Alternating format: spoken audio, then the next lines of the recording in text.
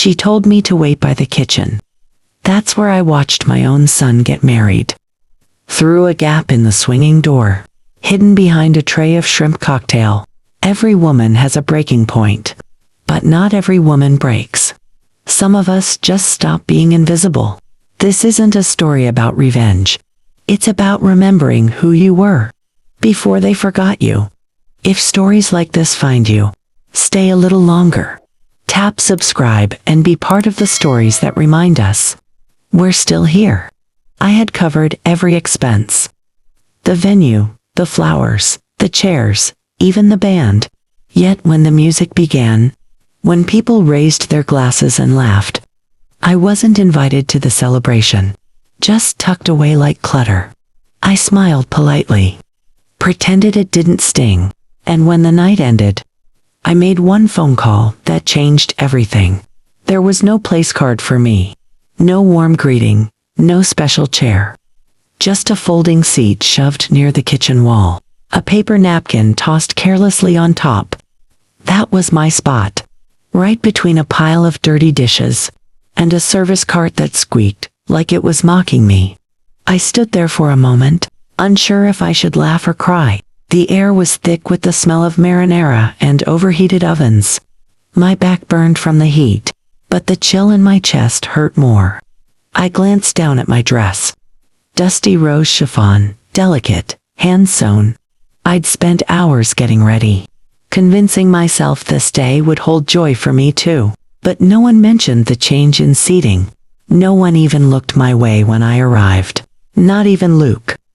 He was glowing, fixing his cufflinks, letting her mother kiss him on the cheek, as if she had raised him herself.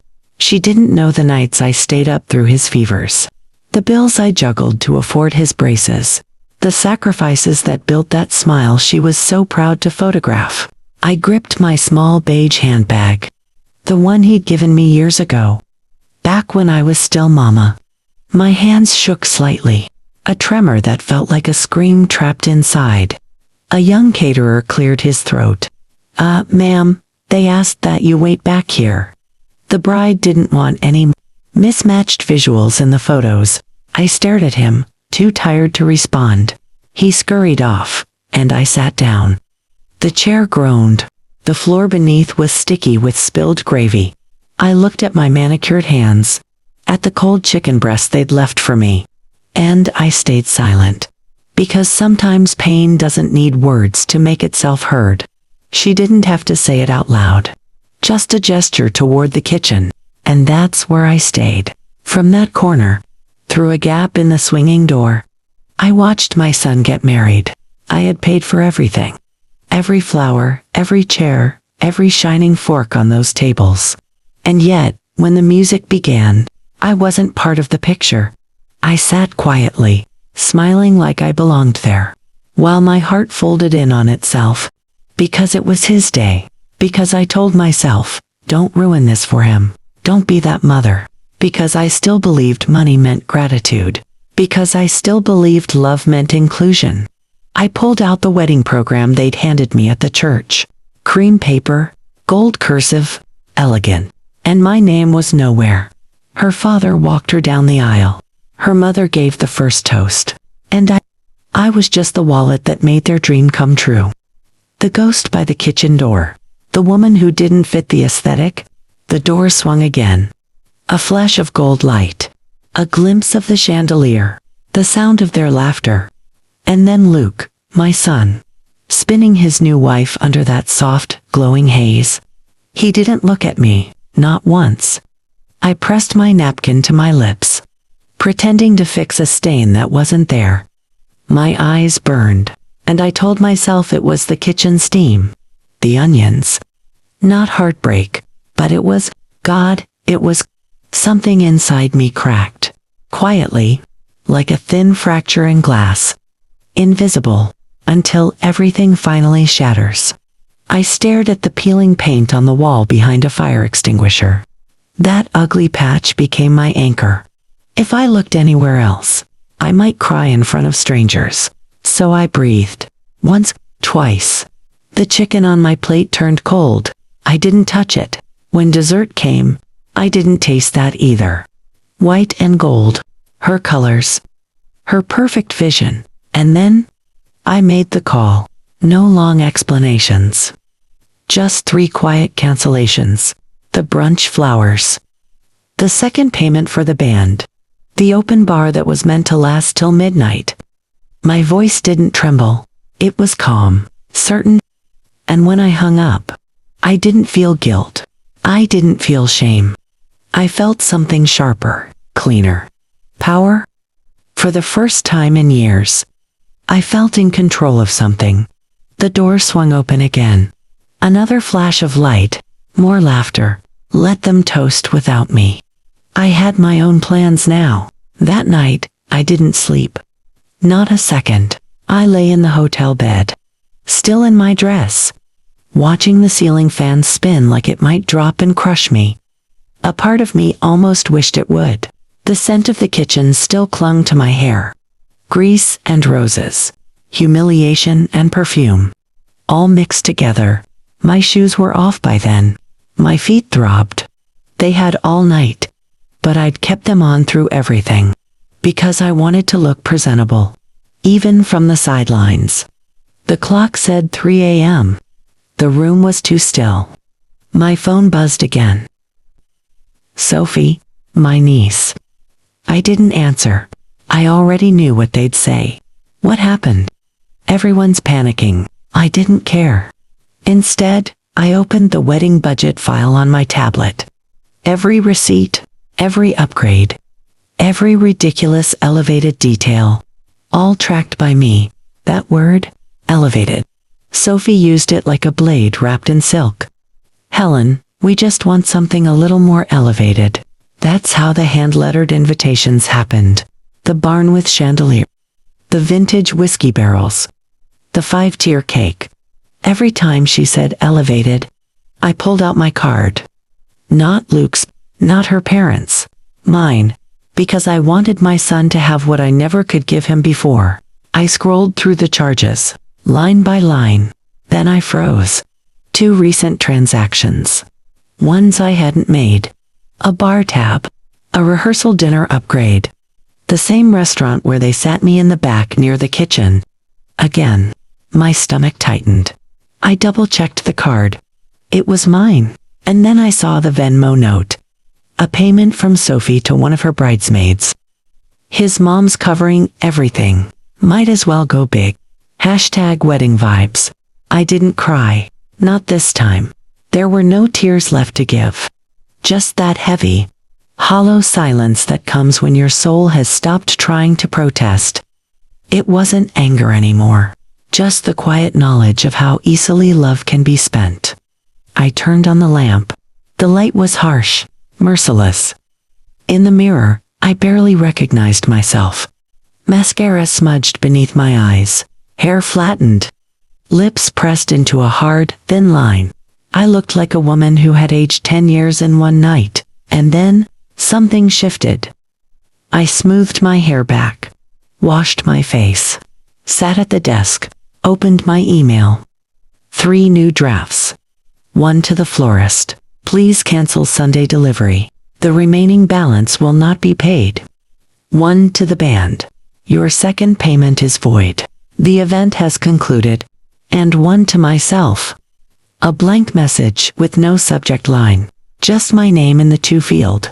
A reminder that I still existed. That somewhere inside all that disappointment, there was still a pulse. Still a woman who had given everything. And finally decided she was done being invisible.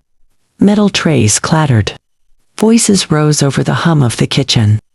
A server argued about table 12's gluten-free plate. I stepped aside, leaned against the wall. The plaster was cool against my back, grounding me. The air smelled of garlic, heat, and exhaustion. On the other side of that door, her father's voice boomed, smooth and practiced. When Sophie was little, she dreamed of a fairy tale, a prince, a castle, a happy ending. And today, sweetheart, you got it.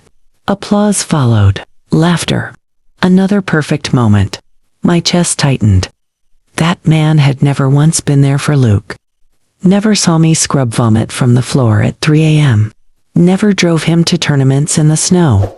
Or stitched buttons back on his school shirts before dawn.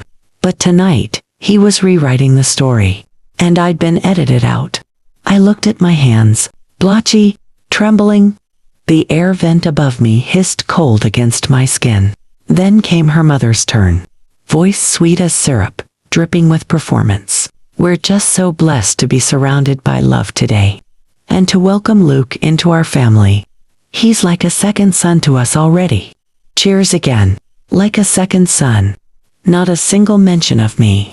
Not one word of thanks for the woman who raised him alone. No, we're grateful to Helen. No, this day was possible because of her. Nothing. I bit the inside of my cheek so hard I tasted metal. My heels throbbed, but I refused to sit. And then the moment I dreaded. The groom's speech. Luke stepped to the microphone. Radiant, confident. The man I once held in an incubator, now standing tall in the suit I helped pay for. I just want to thank everyone for being here, he said. His voice was deeper, older, polished to perfection. Sophie, you've made me the happiest man alive. And to your family, thank you for welcoming me as your own. I truly feel at home with you all. Home? With them? He looked out over the crowd, smiling wide. And to everyone who helped make today possible, thank you. That was it. No name, no mother, no me. I had paid for everything. The venue, the catering, the band, the flowers, the sign that glowed behind him as he spoke. Even the gown Sophie wore when she slipped her hand through his arm. And still, I didn't exist. Applause thundered. I didn't move. The band struck up again. People laughed, danced, wiped frosting from their mouths. Someone set a slice of cake beside me. Vanilla with raspberry filling her favorite. I've always hated raspberry. I picked up the gold fork, then set it down. My hand didn't shake anymore. I remembered Luke at 10 asking for chocolate cake with rainbow sprinkles. I'd worked extra shifts for that cake. He'd hugged me so tight I couldn't breathe. That little boy was gone. In his place stood a man who didn't remember to save me a chair. So I waited. Waited until the music swelled. Until dessert plates emptied. Until no one was watching. Then I walked out. Straight through the kitchen. Past the bar. Out the side door. The night air hit me cool and sharp, humming with quiet. I pulled out my phone. 3 calls. 1 to the florist. 1 to the band. 1 to the bar manager. Polite. Professional. Final. By the time I stepped back into the hotel lobby, the gears were already in motion. Tomorrow's brunch canceled. The late night music gone. The cocktail bar closed. I had been silent long enough. Let them enjoy what's left. Let them feel the empty space where my generosity used to be. If they called me bitter, dramatic, ungrateful, fine. Because for the first time that night, I wasn't any of those things. I was free. They had already erased me from the story. All I did was turn the page. The hotel room smelled faintly of rose lotion and something metallic, maybe stress, maybe the echo of my own skin. I sat cross-legged on the bed, the comforter still perfectly smooth beneath me. Untouched since I checked in 2 nights earlier. I hadn't cried, not once. But something inside me had gone cold. Not frozen. Frozen things break. I was hardening, tempered. The sun hadn't risen yet. I reached for my purse and pulled out my phone. 6 missed calls. 2 voicemails. A dozen messages blinking like tiny sirens. Luke, Mom, where are you? Sophie, why is the brunch canceled? Luke again, this isn't funny. And then another. This is so childish. I let out a quiet laugh, more breath than sound. Childish. Of course, I opened my banking app. My fingers moved on instinct, the muscle memory of a woman who had balanced a checkbook every Sunday for 30 years. There they were, the charges. Unauthorized, entitled. The bride, my brand new daughter-in-law, had helped herself to my card. Spa day, bar crawl, Brunch for 8. Every line item a reminder that I was funding my own disappearance. No one asked. No one told me. The trust I'd carried like an old quilt, soft, familiar, now lay in shreds. Someone had cut through it in the night. I opened my email. 2 new messages. The florist. We're disappointed about the cancellation. But as per policy, no refunds within 24 hours. Fine. The band? We were halfway through setup when the message came. We'll hold your deposit. Also fine. I wasn't doing it for refunds. This wasn't about money. This was for me. For the woman they'd hidden behind swinging doors. For the mother who bought a fairy tale and got a seat beside a mop bucket in return. My stomach growled, but the thought of food made me sick. Instead, I stood, pulled the curtains open, and watched dawn unfold, orange, then pink, then a thin slice of yellow that made the world look unreal. And then I remembered something. A red file folder. Bottom drawer of my dresser. Old paperwork. Forgotten letters. Legal documents I never threw away. It had waited there, quiet, patient, like it had been whispering my name all along. I packed slowly, showered, washed off perfume and bitterness both, dried my hair, put on jeans and a soft blue button-down that still smelled faintly of lavender detergent. Checked out of the hotel without a word. The drive home was still. Just the sound of tires and the soft hiss of static from songs I didn't recognize. The kind of drive where your thoughts get loud enough to hurt. He didn't mention you. They all saw where you were sitting. No one stopped it. When I pulled into my driveway, the roses I'd planted 2 summers ago were in full bloom. I didn't stop to admire them. I went straight inside, to the bedroom. Opened the dresser. Pulled out the red folder. Sat on the edge of the bed. At the bottom, beneath insurance forms and faded photographs, was an envelope. Yellowed edges. Postmarked from Arizona. My late husband's handwriting, the year he left. I remembered finding it weeks after his death. I hadn't opened it then. Couldn't. It had felt like salt in an open wound. His voice reaching from the grave before I was ready to listen. Now, my hand didn't hesitate. I slid a finger beneath the flap. The paper was thin. His handwriting tilted and uneven. Helen, it began. I know you never wanted to hear from me again. But there's something I need to tell you. My pulse quickened. I can't take this secret with me. You deserve the truth. Luke, he isn't biologically yours. I froze. The words blurred. He went on. That when we met, Sophie had already been pregnant. He thought he could pretend. Thought it wouldn't matter. But it did. And neither of them ever told me. I stopped reading. The room tilted, then steadied again. Luke, my Luke, the boy I had fed, bathed, carried through fevers. Raised alone wasn't mine by blood. He was the result of someone else's story. And I had been the unwitting hero in its shadow. I read the rest. Apologies, excuses, hollow regret. They meant nothing now. Because I had passed the test I didn't know I was taking. Every scraped knee, every bedtime story, every double shift, I passed with flying colors. And still, I had been replaced. But this time, I didn't cry. Even as the letter trembled in my lap, I stayed dry-eyed. Tears were a language I'd already spent. Tears had built Luke's childhood. Paid for his braces, his medicine, his first car. They soaked into my pillow the night his father left. Again, when Luke walked across that stage and never looked back at me in the crowd. I had run out of tears long ago. What I had left wasn't grief. It was clarity, clean, sharp, absolute. I stood, walked to the kitchen, poured myself a cup of coffee. Black, strong. Outside, the neighbor's sprinkler clicked across the lawn. Tick, tick, tick. A perfectly ordinary Sunday morning. But I wasn't the same woman anymore. Not the one who funded someone else's fairy tale. Not the one who mistook silence for grace. I picked up my phone and began again. First, the florist. My tone was calm, measured. Thank you for understanding. Sunday's arrangements won't be needed. Next, the band. Same voice. Same composure. No explanations. Then the bar service. Hi, this is Helen Langley. Yes, I'm calling to confirm the cancellation of tomorrow's cocktail reception. No issues, just a change of heart. Thank you. Click. 3 calls.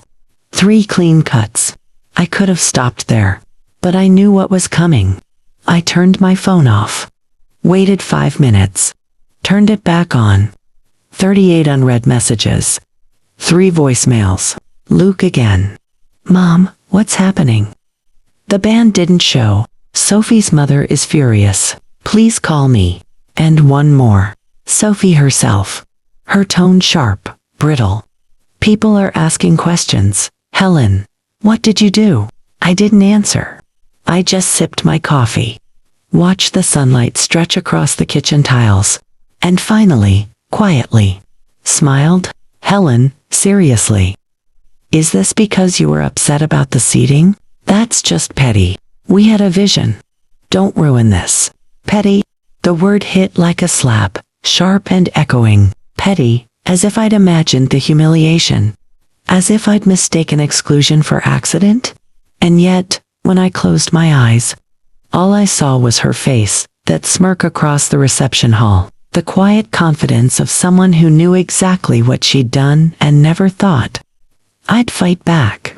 Until now, I turned off the phone, let them spiral, let the questions build, let them realize the bar ran dry because I was the well, that the music stopped because I paid the last note, that the flowers never arrived because their roots were already rotten. I cleaned the kitchen, wiped the counters, rinsed the sink, fed the cat. The ordinary rhythm of small motions grounded me. It was, strangely, the most peace I'd felt in months. Around noon, the doorbell rang. I didn't move. Let them knock. Let them sit in the heat of their own discomfort. By evening, I'd done what I needed to. I posted one photo on Facebook. Not of the wedding. Not of me. Just the check. The one that paid for their perfect day. I blurred the account number, left my signature clear. No caption. No context. Just truth, inked and undeniable. A receipt of sacrifice. Then I logged off. Not just from Facebook, from guilt, from silence. From pretending this wasn't betrayal. I didn't need their explanations. Or their spin. Or the polite excuses that always began with "you're overreacting." Let them stew in the wreckage. I wasn't going to rescue them from it this time. The silence was the first sign they were scrambling. No more messages, no calls, just a stillness stretching between us, like the eye of a storm hovering directly above my house. They didn't know what I'd do next. Truth be told, neither did I. But whatever it was, it would be mine. Monday morning came soft and gray. I brewed coffee, sat by the window, no makeup, no earrings. Just me and the hum of the refrigerator. Luke hadn't called since yesterday. The last voicemail played in my head like a bad commercial. You really made a scene, Mom. Everyone's talking. You embarrassed us. I don't know what you were trying to prove, but you crossed a line. I didn't even flinch this time. Because here's the truth no one likes to say aloud. You can give someone everything, your time, your love, your savings, and still be disposable. You can build their world and still be told you don't fit the aesthetic. The betrayal didn't shock me anymore. What surprised me was how little I cared now that I'd stopped begging for their approval. That morning, I deleted his contact. Just the name. The number stayed. I didn't need to forget him. I just didn't want his name lighting up my phone like it still belonged there. By noon, I was out grocery store, post office, errands. Life, as it turned out, kept moving. And in the bakery aisle, between the loaves and pastries, I saw Diane, my cousin. She'd been at the wedding. She smiled when she spotted me, though her eyes betrayed hesitation. Helen, hey. I nodded. She stepped closer, lowered her voice. Are you okay? I met her gaze. Were you okay? I asked, watching me sit back there. Color rose in her cheeks. I didn't realize that was on purpose. I thought maybe you... No, I said gently, cutting her off. You didn't think, that's all. There was a long pause before she whispered, I'm sorry. It was wrong. I should have said something. I nodded once. Thank you. She looked relieved, like she'd lifted a stone off her chest. It hadn't freed me, but it was a start. When I got home, a bouquet sat on the porch. Carnations, cheap ones, already wilting. No note. I didn't bring them inside. Just walked them straight to the trash bin. Later that night, I checked Facebook. The photo, that single photo of the check, had exploded. Dozens of comments. Old friends, co-workers, neighbors. Some confused, some angry, but most understood. One comment stood out. This broke my heart. Helen, I've never related to something so deeply. Thank you for showing us we don't have to stay quiet. And there it was, the shift. Not revenge, not spite. Power, reclaimed. Let them rage in their group chats. Let them rewrite the story to fit their shame. I wasn't replying. I wasn't explaining. For once, silence wasn't submission. It was control, and this silence was mine. It started with the drawer. A creaky old thing in the guest room dresser that always needed a little shove to open. I wasn't even searching for anything. Just sorting through the remnants of a life I'd been too tired to examine. But tucked between yellowing tax returns and expired coupons, I found it again. That red folder. I thought I'd emptied it before. But inside, wedged in the lining, was another letter. No envelope. Folded twice. Same slanted handwriting. Michael's, dated 3 days before he died. My breath hitched as I unfolded it. Helen, it began. If you're reading this, I guess the first letter reached you. I don't know if you opened it. I hope you did. I won't waste time apologizing again. I need to tell you something more. Something I couldn't carry with me. Luke wasn't just someone else's son. He was never supposed to be yours at all. The words blurred for a moment. When Sophie left him at my door, she didn't want to keep him. She was 18, terrified. She asked me to give him up for adoption. I couldn't. I lied to you. Told you he was ours. You believed me. You raised him. You loved him like he was your own. But the truth is, he wasn't even that. He was a stranger's child. And you made him your world anyway. My hands trembled. You were the only person strong enough to be his mother. Not because of blood. Because of who you are. I didn't move. The words pressed against my chest like a weight. I'd carried all my life without knowing. Not biologically mine. Not even accidentally mine. A stranger's child, given to me by a man who abandoned us both. A man who called it love, and left me to carry the proof of it. My knees gave out.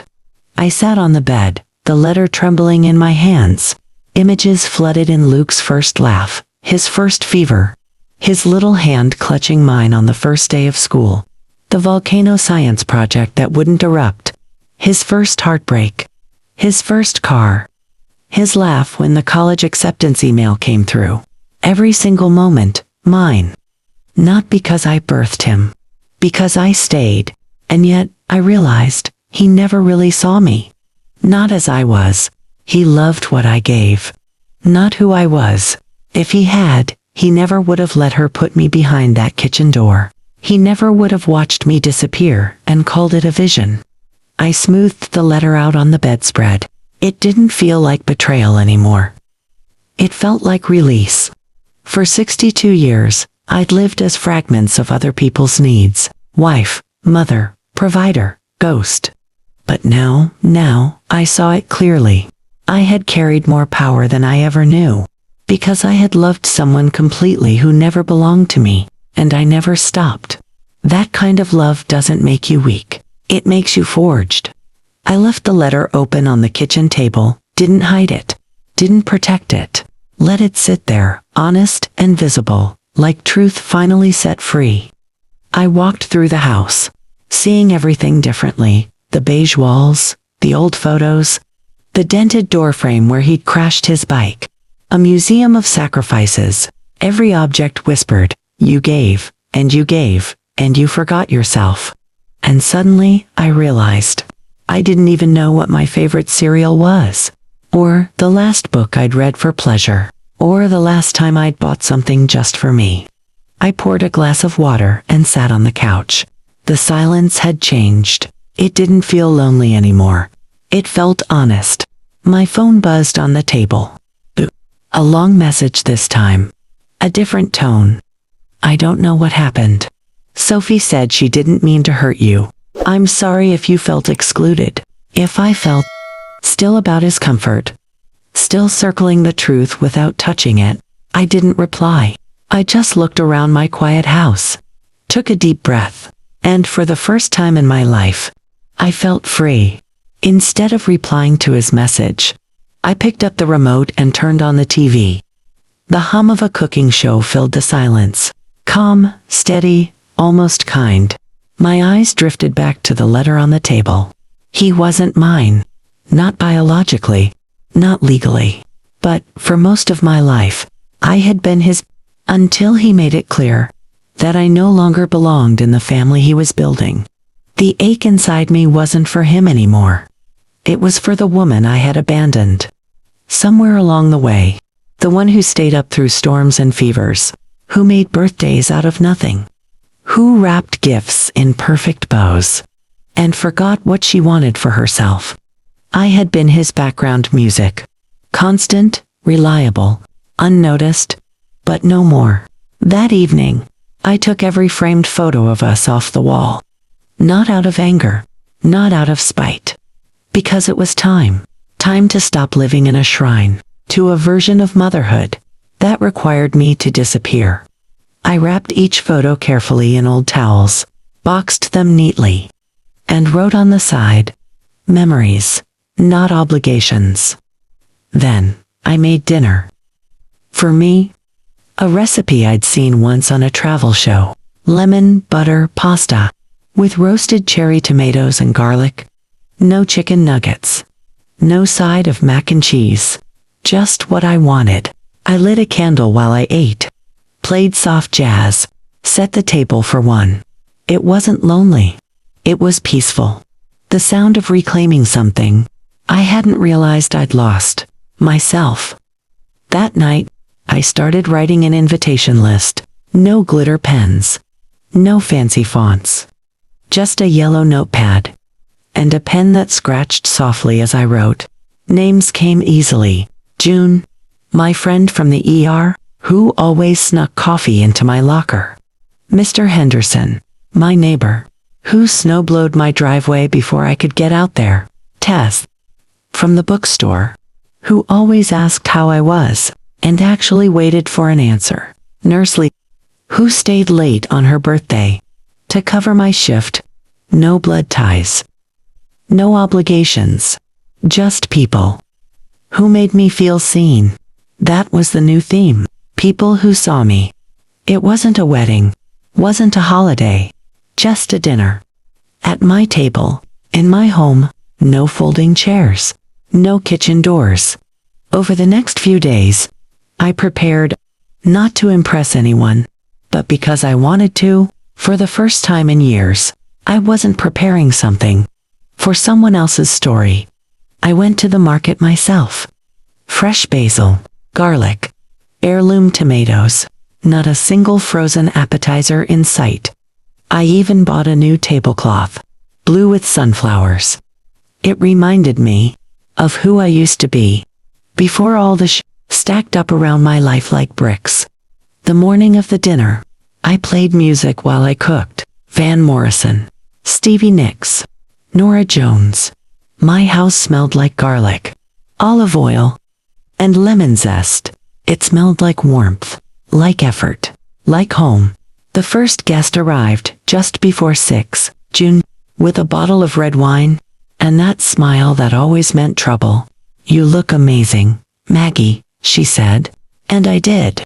My hair soft, gray at the temples but free. A linen blouse that felt like air. No mascara waiting to run. Just me. They trickled in after her.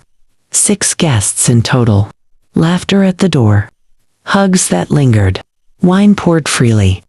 We ate at the same table I once used for folding laundry and helping Luke with math homework. Now, it was filled with passing plates, clinking forks, and the kind of laughter that shakes the dust off your ribs. Someone told a story about locking themselves out in their underwear. Someone else confessed to stealing a pen from the bank every week, out of spite. I laughed, too. Really laughed. And somewhere between dessert and second helpings, it hit me. This was family. Not the one written in blood, but the one built in kindness. I didn't feel forgotten.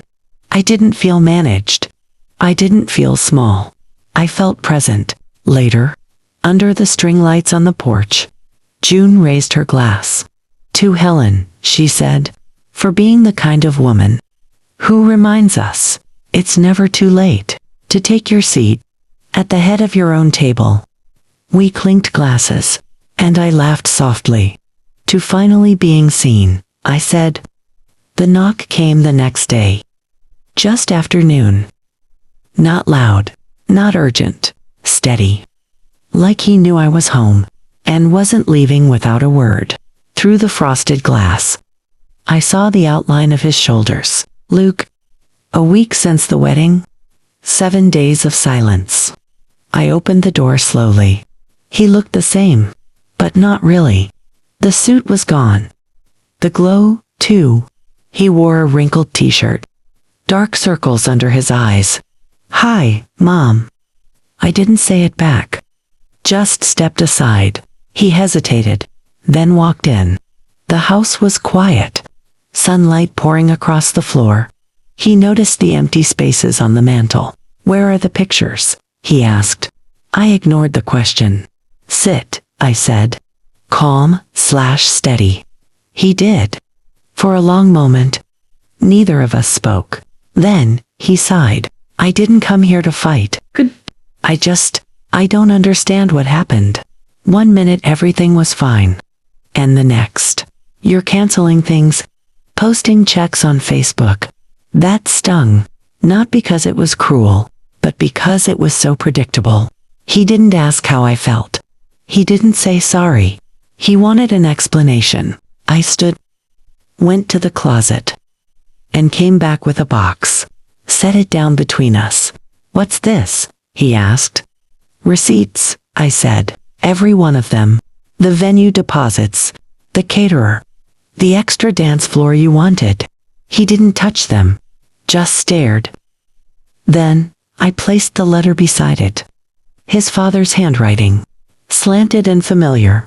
I didn't speak while he read. Watched his expression shift. Confusion. Recognition. Disbelief. You knew. He finally said. I do now. He swallowed. So you're angry because I'm not. I'm angry, I cut in, because I raised you.